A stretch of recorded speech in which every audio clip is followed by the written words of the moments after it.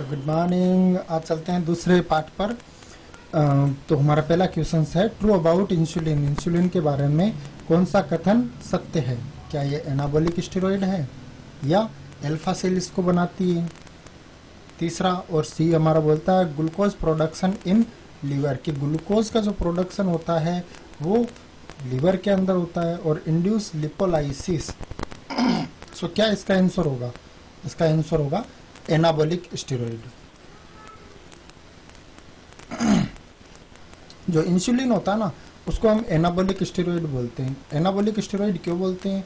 तो देखो हमारा ब्लड के अंदर जब भी ग्लूकोज लेवल हाई होगा, ब्लड ग्लूकोज हाई होगा, ठीक है, इंक्रीज हो जाएगा, तब इसको डिक्रीज करने के लिए इंसुलिन थेरेपी का यूज किया जाता है।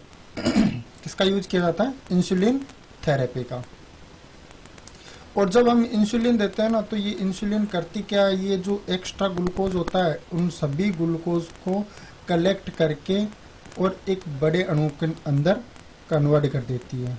मतलब एनाबॉलिक प्रोसेस, मतलब एनाबॉलिक प्रोसेस, ठीक है, या एनाबॉलिज्म भी अपन इसको बोल सकते हैं, एनाबॉलिज्म, ठीक है।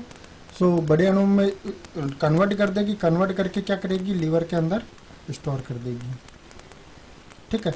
इसी प्रोसेस की वजह से इंसुलिन को एनाबॉलिक स्टेरॉइड के अंदर रखा गया है, ठीक है। अब देखो लीवर अगर ऐसे स्टोरेज करता जाएगा तो लीवर तो बहुत मोटा हो जाएगा। मतलब हर डायबिटीज़ वाले बंदे की जब हम अल्ट्रासाउंड करवाएंगे यूएसजी, तो यूएसजी के अंदर तो हमें हमेशा हेपेटोमेगेली ही देखने को मिलेगा, हेपेटोमेगेली, पर नहीं देखने को मिलता। उसका कारण क्या हो सकता है? उसका कारण होता है क्योंकि लीवर का एक काम लिपोलाइसिस भी होता है, लिपोजेनेसिस होता है, सॉरी क्या होता है? Lipogenesis, lipogenesis. लिपोजेनेसिस का मतलब क्या होता है कि जब भी कार्बोहाइड्रेट प्लस प्रोटीन आपस में जुड़ेगी तो वो क्या बनाएगी? फैटी एसिड या फैट। और फैट बनाएगी तो ये क्या होगा?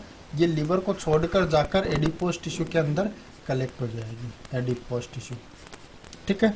तो लिपोलाइसिस लिपोजेनेसिस की एक प्रोसेस होती है। लिपोजेनेसिस दोनों एक प्रोसेसिंग के अंदर आते हैं, ठीक है। लाइसिस इसी एडिपोज टिश्यू के अंदर वापस ग्लूकोज और प्रोटीन के अंदर चेंज होने की प्रोसेस को हम लाइसिस बोलेंगे, लिपोलाइसिस, क्योंकि यहाँ पर जेनेसिस लग रहा है ना। तो लिपोजेनेसिस मतलब लिपिड का निर्माण, लिपोलाइसिस मतलब जो लिपिड बन चुका है उस लिपिड को वापस तोड़कर कार्बोहाइड्रेट और प्रोटीन में चेंज करना। सो ये इसका मतलब होता है। फिलहाल हमारे क्वेश्चंस का आंसर था ए, एनाबॉलिक स्टेरॉइड। चलते हैं दूसरे क्वेश्चंस की ओर। Total number of adrenal gland in human being. Human being के अंदर टोटल एड्रिनल ग्लैंड कितनी होती है? तो एड्रिनल ग्लैंड, देखो एड्रिनल ग्लैंड, एड्रिनल मतलब किडनी से जुड़ी हुई ग्लैंड। तो किडनी से कितनी ग्लैंड जुड़ी होती है? फिलहाल किडनी हमारी कितनी होती है? तो किडनी हमारी 2 होती है। तो एड्रिनल कितनी होगी? तो ये भी 2 होगी। तो हमारा आंसर होगा 2, ठीक है। बढ़ते हैं नंबर 3 पर। Diameter of RBC is about. RBC का डायमीटर कितना होता है? क्या 5 म्यू होगा, 10 म्यू होगा, 6 म्यू होगा या 7 म्यू होगा? तो इसका करेक्ट आंसर होता है 7 म्यू। कितना होता है? 7 to 7.2 म्यू, ठीक है। यह आरबीसी का डायमीटर होता है। ए मेच्योर आरबीसी, मेच्योर, ठीक है, आरबीसी। हम कहें कि आरबीसी प्रोडक्शन की फर्स्ट स्टेज के अंदर RBC production, first stage of RBC production, यहाँ पर आरबीसी की साइज और शेप कितनी होती है? तो उस समय होती है 20 म्यू। और 6 to 7 स्टेप में इंटर करने के दौरान आरबीसी अपना न्यूक्लियस खो देता है। न्यूक्लियस होता है इसके अंदर भी, पर 7 स्टेप जब मेच्योरिटी में चली जाती है तब न्यूक्लियस एब्सेंट हो जाता है। 6th स्टेप में न्यूक्लियस रिमूव, और 7th के अंदर ये न्यूक्लियस हीन होती है, मतलब इसके अंदर 7वीं स्टेज के अंदर न्यूक्लियस नहीं पाया जाता है। तो क्वेश्चंस घूमकर ऐसे भी पूछा जा सकता है कि ब्लड की वो कौन सी सेल्स है जिसके अंदर न्यूक्लियस एब्सेंट होता है, तो वो होती है RBC cells. Next, which of the following cavity consist heart, हमारी बॉडी की कौन सी कैविटी है जो हार्ट को रखती है? Oral cavity, abdominal cavity, pulmonary cavity या cranial cavity? So answer pulmonary cavity या थोरेसिक कैविटी, ठीक है, ये रखती है हार्ट को, ठीक है। ओरल कैविटी, इसका अगर इन्फेक्शन होगा तो हम किस नाम से बोलेंगे? Stomatitis, stomatitis. एब्डोमिनल कैविटी, इसके अंदर मोस्टली डाइजेस्टिव ऑर्गन होते हैं, डाइजेस्टिव ऑर्गन, ठीक है। क्रेनियल कैविटी, इसके अंदर मोस्टली ब्रेन होता है, ब्रेन, ठीक है। आगे बढ़ते हैं। The normal intraocular pressure is about, कितना होता है? आईओपी कितना होता है? देखो इंट्राओक्यूलर प्रेशर, इसको कभी कभी शॉर्ट फॉर्म से भी पूछ लिया जाता है कि आईओपी कितना होता है। तो आईओपी कितना होता है? 8 से 21, 5 से 10, 30 या 45?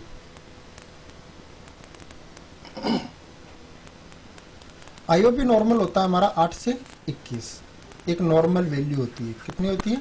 8 से 21, ठीक है। अगर मैं कहूँ कि ये आईओपी 60 हो जाए, 60 mm ऑफ Hg हो जाए, तो ऐसी कंडीशन के अंदर क्या देखने को मिलेगा? तो ऐसी कंडीशन के अंदर जो आई होती है वो सडनली और रैपिडली विजन लॉस की प्रोसेस दिखाना स्टार्ट कर देती है, मतलब डैमेज होना स्टार्ट कर देगी, डैमेज रैपिडली,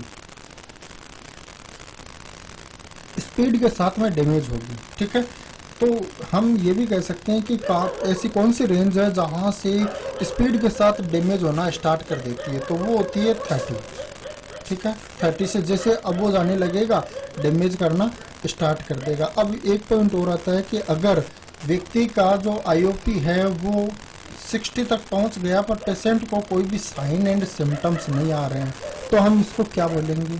तो अपन इसको बोल सकते हैं ओक्यूलर हाइपरटेंशन, ओक्यूलर हाइपरटेंशन, मतलब आंखों के अंदर बीपी का बढ़ जाना।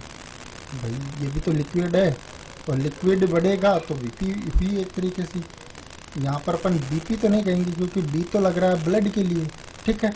एचटीएन बोल सकते हैं कि जो प्रेशर है लिक्विड का वो लिक्विड बढ़ जाए, लिक्विड का प्रेशर बढ़ जाएगा, ठीक है। इसी के साथ कुछ क्वेश्चंस और डील करते हैं।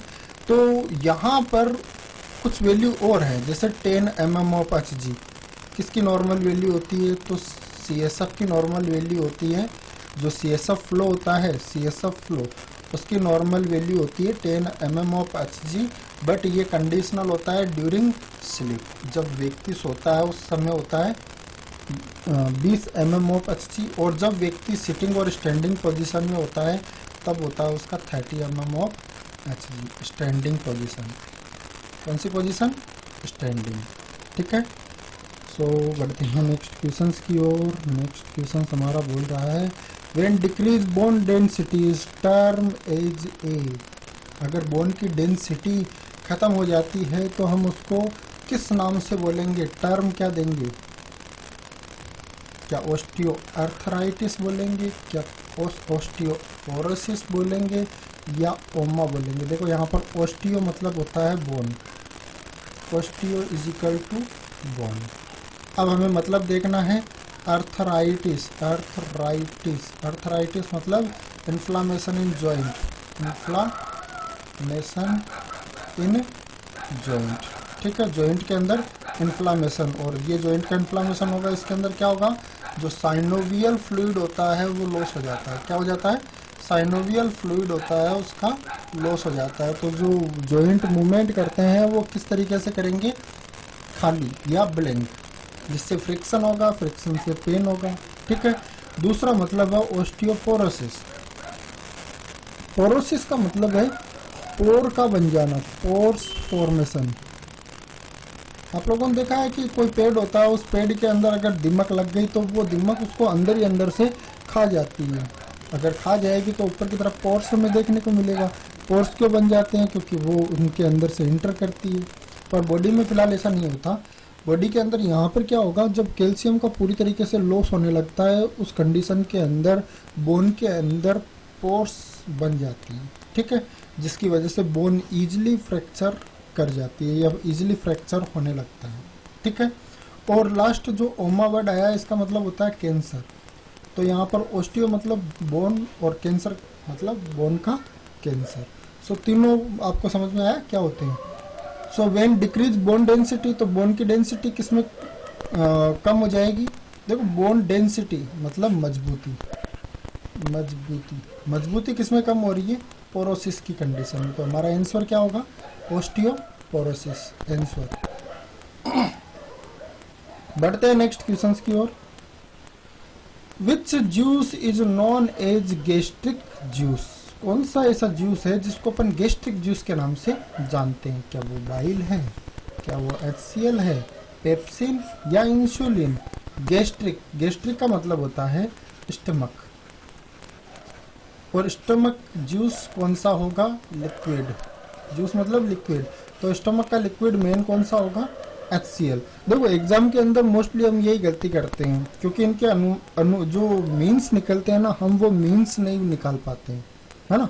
सो आपको सबसे पहले क्वेश्चंस को रीड करना सीखना चाहिए। मैं अपनी कोचिंग के अंदर सबसे पहली प्रायोरिटी जितने भी स्टूडेंट होते हैं उन सबको क्वेश्चंस को रीड करने की प्रैक्टिस करवाता हूँ, और यही प्रैक्टिस क्वेश्चंस को अच्छा रिजल्ट देने, जो भी रिजल्ट है वो उस रिजल्ट को अच्छा देने के लिए काम आती है, ठीक है।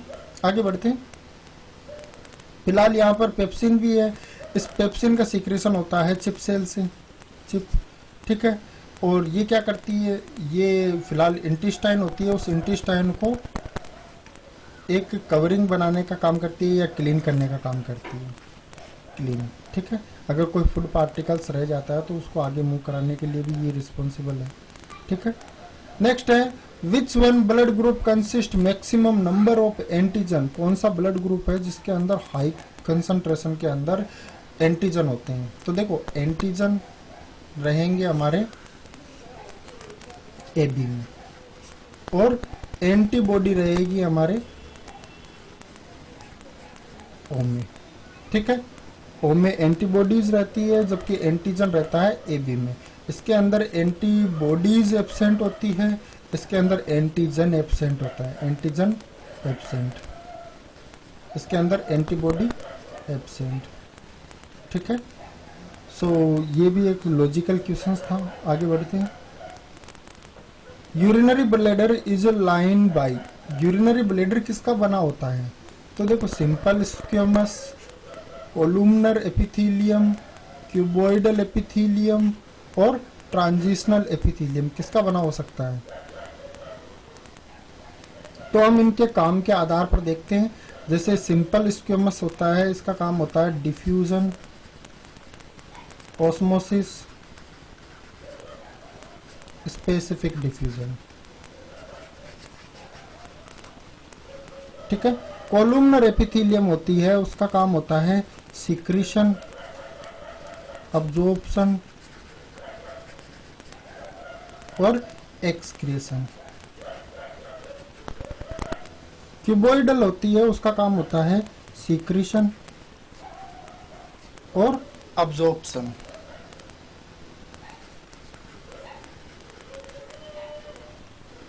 ट्रांजिशनल होती है, उसका काम होता है कॉन्ट्रैक्शन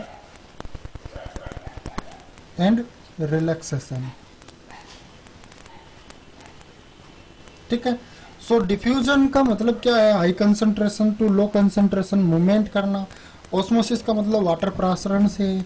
इसके अलावा सीक्रेशन का मतलब सारी ग्लैंड से रिलेटेड है, ठीक है। मतलब जितनी भी बॉडी की ग्लैंड होगी उन सब के अंदर कौन सी सेल्स होगी? कॉलुमनर, ठीक है।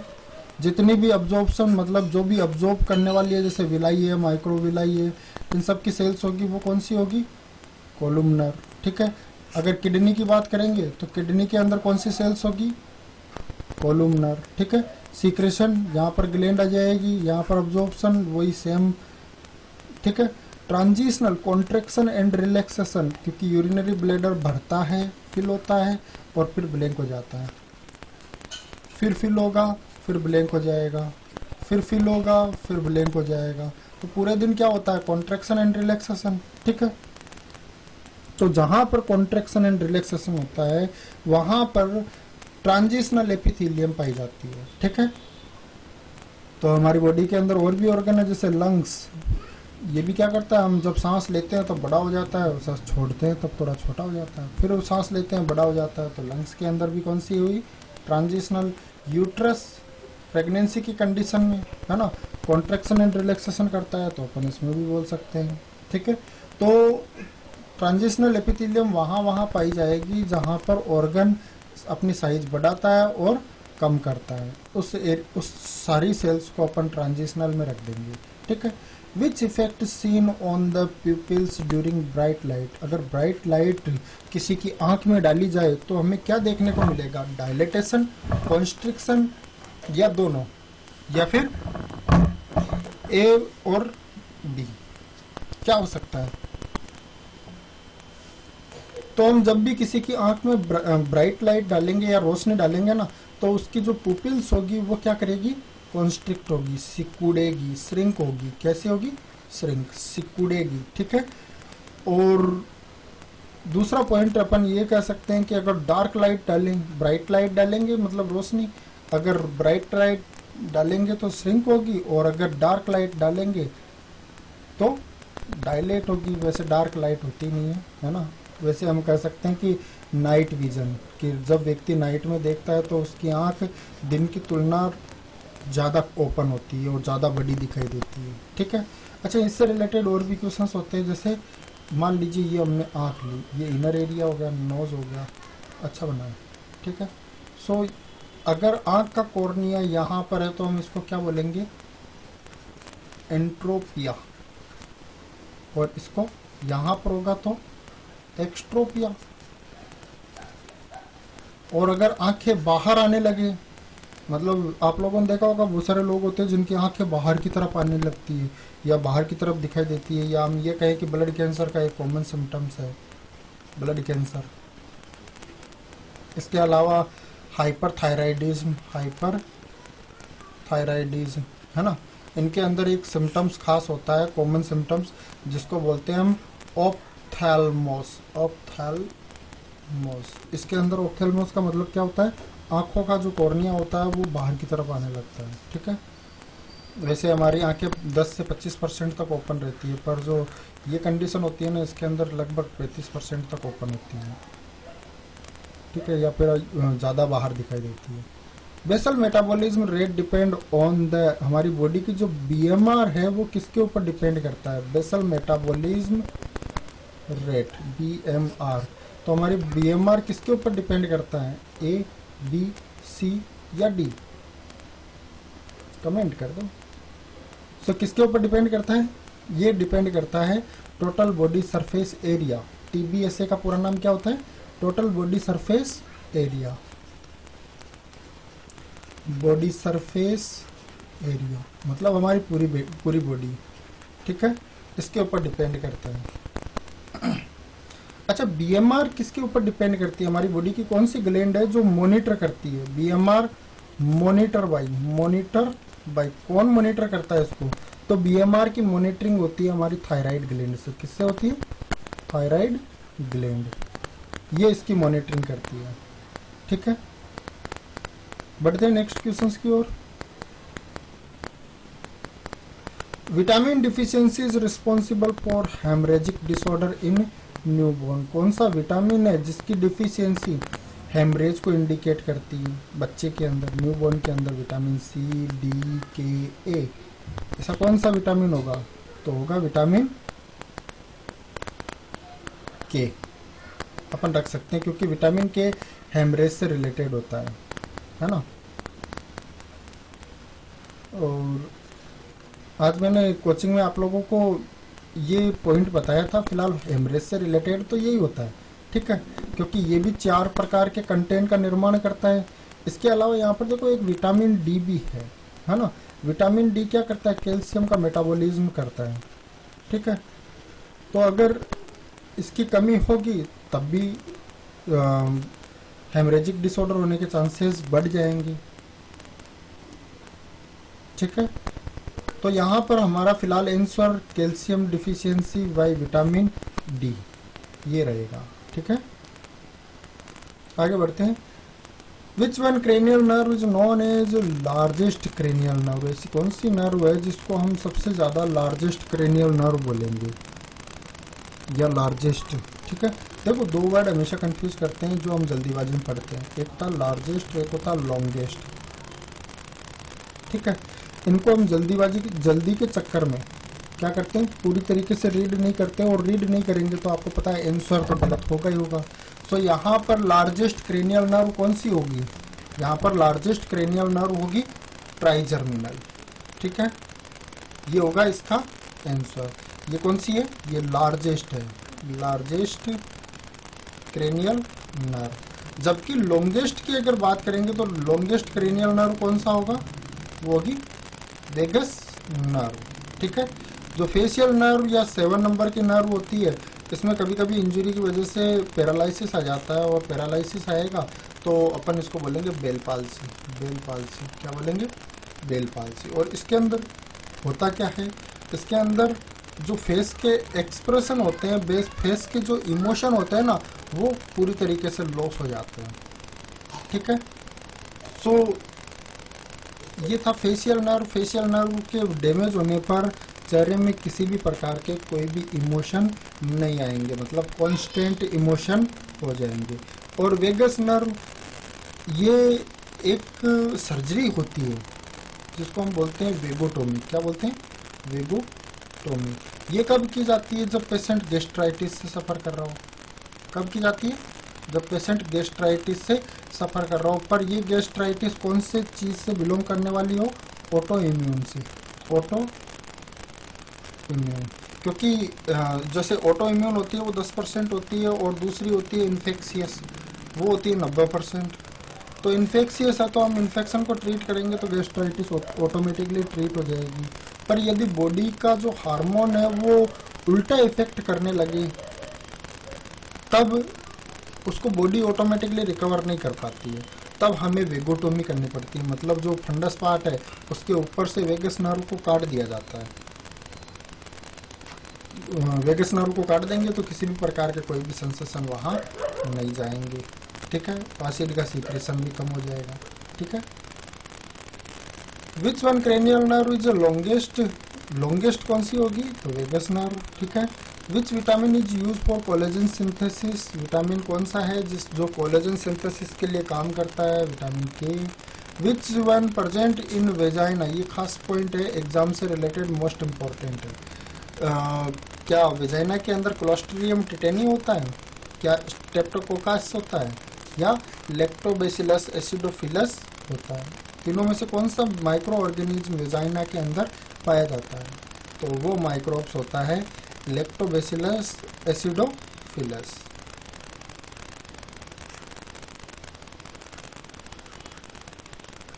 ठीक है, ये क्या करता है, ये जो वेजाइना है उसकी पीएच को मेंटेन रखता है। क्या करता है, पीएच को मेंटेन रखता है या पीएच को बढ़ाता है, जिसकी वजह से किसी भी प्रकार का कोई भी इन्फेक्शियस पार्टिकल आता है या इन्फेक्शन आता है उसके प्रति डिफेंस का काम करता है। डिफेंस करेगा, माइक्रोब्स को मार देगा। तो मोस्टली बीमारियां देखो, डिफेंडर सेल हमारी बॉडी में हर जगह प्रेजेंट है। ठीक है, अपना अपना काम करती है। मैंने जस्ट जो हमारी पिछली क्लास थी उसके अंदर 8 प्रकार की फेगोसाइटिक सेल्स के बारे में बताया है। पेप्सिनोजन इज सीक्रेटेड बाय, तो पेप्सिनोजन का सीक्रेट होता है चिप सेल से। Pepsinogen is secreted by pepsinogen. Which one is the major and thickest layer of heart, यहाँ पर सब यूट्रस की लेयर आ गई, इसलिए इस क्वेश्चन को अभी लेफ्ट कर देते हैं। Which effect seen on people during bright light, तो हमने ये डिस्कस कर चुके हैं। कॉन्स्ट्रिक्शन, हाँ, ये क्वेश्चंस भी मेन एग्जाम के लिए मोस्ट इम्पोर्टेंट है। एक्चुअली हमने सारी जितना भी सिलेबस है, अभी नए जो सिलेबस आया उस सिलेबस के अकॉर्डिंग सारे एमसीक्यू बनाए हैं। So which hormone is responsible for reduce calcium level in body? कौन सा हार्मोन है जो रिड्यूस करता है कैल्शियम लेवल को बॉडी के अंदर? तो वो हार्मोन होता है, क्या थायराइड वाला होगा, एल्डोस्टेरोन होगा, प्रोलैक्टिन या कैल्सिटोनिन? सो कैल्सिटोनिन, ठीक है। कैल्सिटोनिन नाम से पता चलता है, कैल्सी मतलब कैल्शियम, ठीक है। ये ग्लैंड होती है हमारे पैराथायराइड ग्लैंड पर, पैराथायराइड ग्लैंड बोलेंगे हम, ठीक है। यहाँ चारों कॉर्नर पर होगी।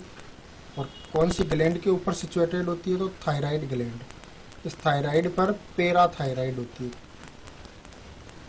थायराइड पर कौन सी होती है? पैराथायराइड। और प्रत्येक ग्लैंड 1 ग्राम की होती है। कितनी होती है? 4 ग्लैंड होती है टोटल, ठीक है। इस पार्ट को हमेशा इस्थमस बोला जाता है। क्या बोलते हैं? इस्थमस। ये ग्लैंड क्या करती है? कैल्शियम का मेंटेनेंस करती है। क्या करती है? कैल्शियम का मेंटेनेंस। आगे बढ़ते हैं नेक्स्ट क्वेश्चन की ओर। What is the name of space between muscles cells and nerve terminal? कि जो मसल सेल्स है और नर्व टर्मिनल का पार्ट है, उसके जो स्पेस है, उस स्पेस को हम किस नाम से बोलते हैं? क्या न्यूरोमस्कुलर जंक्शन बोलते हैं, या माइलोन सिप्लोन बोलते हैं, या मस्कुलो स्पास्म बोलते हैं, या नॉन ऑफ दिस, या इसमें से कुछ नहीं बोलते? तो हम बोलते हैं, देखो पहला पार्ट क्या दिखा रहा है? बिटवीन नर्व टर्मिनल, ठीक है, मतलब नर्व, ठीक है। दूसरा मसल्स, तो न्यूरो, अपन नर्व वाले पार्ट के लिए न्यूरो यूज करते हैं, ठीक है। और मसल्स वाले पार्ट के लिए अपन मस्कुलर यूज कर सकते हैं। और जो एक दोनों चीज़ों को जोड़ने वाला होता है उसके लिए अपन क्या यूज करते हैं? जंक्शन। जैसे ट्रेन के अंदर भी तो जंक्शन आते हैं कि ये स्टेशन रह गया, फिर ये स्टेशन रह गया, इसके बीच में यहाँ पर कोई भी आ रहा तो अपन उसको क्या बोलेंगे? जंक्शन, मतलब जुड़ा हुआ, ठीक है। तो इसका आंसर क्या हो गया? ए।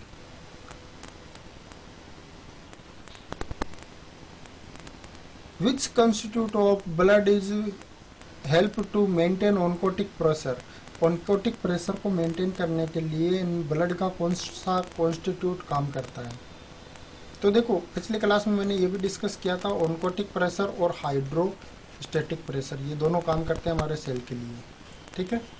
सो बिलिरुबिन है, एल्बुमिन है, क्रिएटिनिन है, या लिम्फोसाइट है? तो इसका आंसर होगा एल्बुमिन, ठीक है आंसर। ये नॉर्मल होता है 3.5 to 5.0। अगर ये 3.5 से कम हो गया तो हमें इंडिकेटर मिलेगा स्वेलिंग का। किसका मिलेगा? स्वेलिंग। मतलब जो भी जॉइंट होंगे, मोस्टली जॉइंट पर पहले स्वेलिंग आती है, तो स्वेलिंग आना स्टार्ट हो जाएगी मोस्टली जॉइंट, ठीक है। और अगर ये बढ़ जाए 5.0 से, तब हमें प्रोटीन यूरिया देखने को मिलेगा, प्रोटीन यूरिया, ठीक है।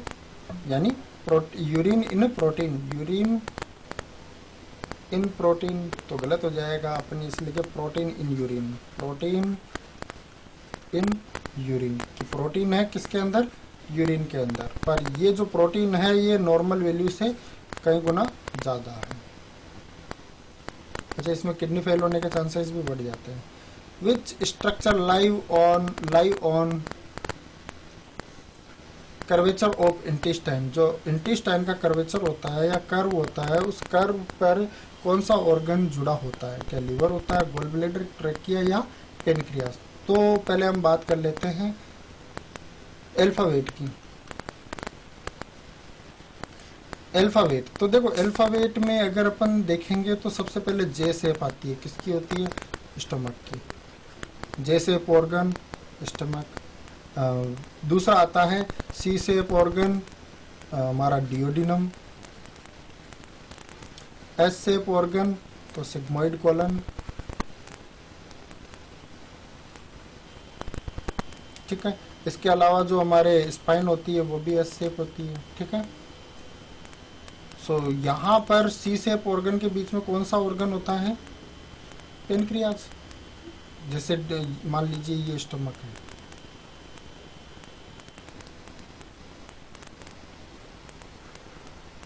ठीक है, ये सी से बन रही है ना, यहाँ पर हेड होता है पेनक्रियास का, ठीक है, ये हेड, ये बॉडी एंड ये टेल, ठीक है। सो सी शेप ऑर्गन पर जो ऑर्गन पाया जाएगा वो होगा stomach. Next question, which one is the largest organelles in the cell? Cell के अंदर सबसे बड़ा ऑर्गेनेल्स कौन सा है? एंडोप्लाज्मिक रेटिकुलम, न्यूक्लियस, लाइसोसोम या राइबोसोम? तो सेल के अंदर सबसे बड़ा ऑर्गेनेल्स होता है वो होता है न्यूक्लियस, लार्जेस्ट ऑर्गेनेल्स। और सबसे छोटा ऑर्गेनेल्स होता है वो स्मॉलेस्ट ऑर्गेनेल्स। और एक क्वेश्चन इससे भी आ सकता है कि प्रोटीन का निर्माण निम्न में से कौन सी प्लेस पर होता है? या क्वेश्चंस को अपन ऐसे भी लिख सकते हैं, protein synthesis is take place on, तो इसका आंसर हो जाएगा एंडोप्लाज्मिक रेटिकुलम, ठीक है। फिलहाल इस क्वेश्चन का आंसर क्या था? न्यूक्लियस, ठीक है।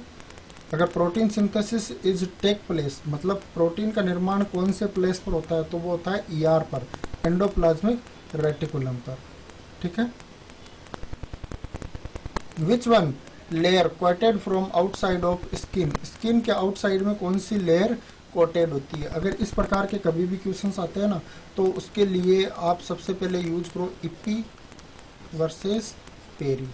अगर कहीं पर ये आ रहा है आउटसाइड कोटिंग में, तो सबसे पहले आप इसी को सेलेक्ट कर दो। अब देखो इसमें कहाँ आ रहा है, ये आ रहा, मतलब ये सबसे आउटर होगी और ये इनर होगी।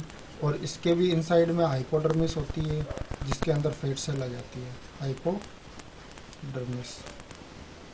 ये आउटर, ये इनर, और इस इनर के भी नीचे होती है हाइपोडर्मिस, ठीक है। तो आपको दो वर्ड याद रखने हैं, एपी एंड पेरी। एपी का मतलब और पेरी का मतलब दोनों का बाहरी आवरण होता है, ठीक है। विच one is the most important for skin water proof? Skin के वाटर प्रूफ होने का मेन कारण क्या होता है? प्रोटीन, कार्बोहाइड्रेट, फैट या सभी?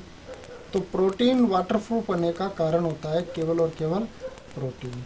अब कभी कभी पूछ लिया जाता है कौन सी प्रोटीन, तो वो प्रोटीन है केराटिन। इस केराटिन का जर्म सेल्स होती है वो क्या करती है? निर्माण करती है, फॉर्मेशन करती है। और फॉर्मेशन करने के साथ ये धीरे धीरे नीचे से ऊपर की तरफ इसको बढ़ाती है। और ऊपर की तरफ जो आने के बाद में जब ये एपिडर्मिस पर आ जाती है, उसके बाद में ये जैसे वैक्स होती है, जैसे वैक्स पिघलती है, उसी तरीके से ये पूरी स्किन पर क्या करता है?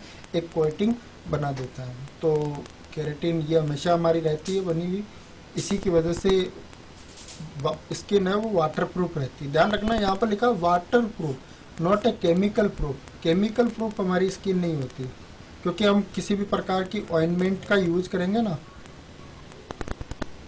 ऑइंटमेंट, ठीक है, तो वो ऑइंटमेंट एसिडिक होती है और हमारी स्किन को पेनिट्रेट करके इनसाइड में एंटर कर जाती है, ठीक है।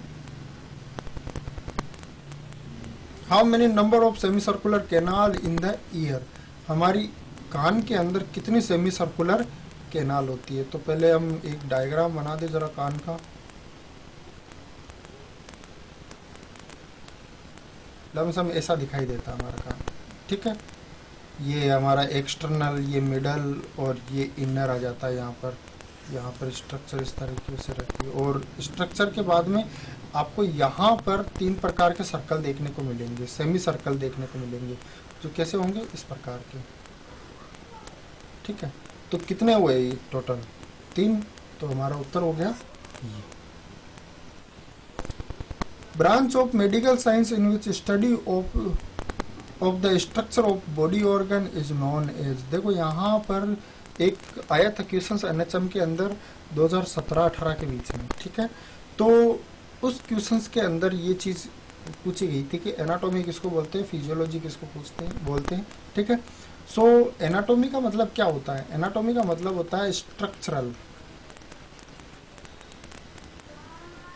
ठीक है, कि किसी भी ऑर्गन की स्ट्रक्चर की स्टडी करेंगे हम, तो हम उसको बोलेंगे एनाटॉमी। और अगर उसके फंक्शनल स्टडी करते हैं उसकी फंक्शनल स्टडी करते हैं तो हम बोलते हैं फिजियोलॉजी। ठीक है। सोशियोलॉजी एक अलग ही ब्रांच आ गई जहाँ पर सोसाइटी के बारे में हम स्टडी करते हैं। ठीक है। और साइकोलॉजी हमारे ब्रेन एंड बिहेवियर की स्टडी होती है। ठीक है। सो एनाटॉमी में किसकी स्टडी होगी? Structure of organ. फिजियोलॉजी में फंक्शन ऑफ ऑर्गन। सोशियोलॉजी में सोसाइटी की स्टडी होगी और साइकोलॉजी में हमारे बिहेवियर की स्टडी होती है। सो गाइस, वीडियो बहुत लंबा हो जाएगा, इसको यहीं पर फिनिश करते हैं। नेक्स्ट क्लास के अंदर नया वीडियो देखेंगे। Thank you.